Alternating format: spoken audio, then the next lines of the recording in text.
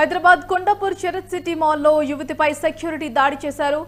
Bike parking విషయంలో యువతికి parking సిబ్బందికి గొడవ తలెత్తింది. దీంతో స్కూటీపై వెళ్తున్న యువతిని కాలుతో సెక్యూరిటీ సిబ్బందిలోని ఒక వ్యక్తి తన్నాడు. దీంతో అక్కడ కాసేపు హైటెన్షన్ వాతావరణం నెలకొంది.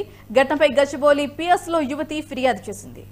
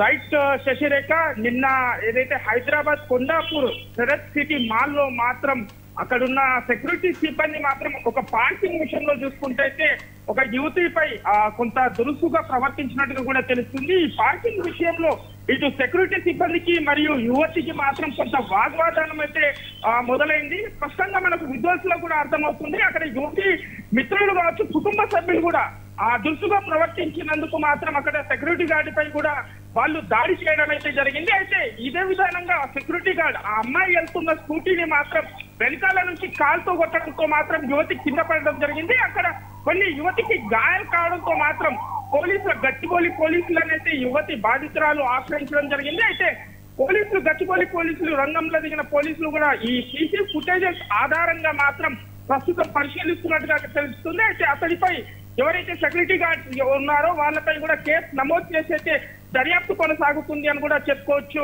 Sasirekha. Okay, right. Thanks for the updates Kranti.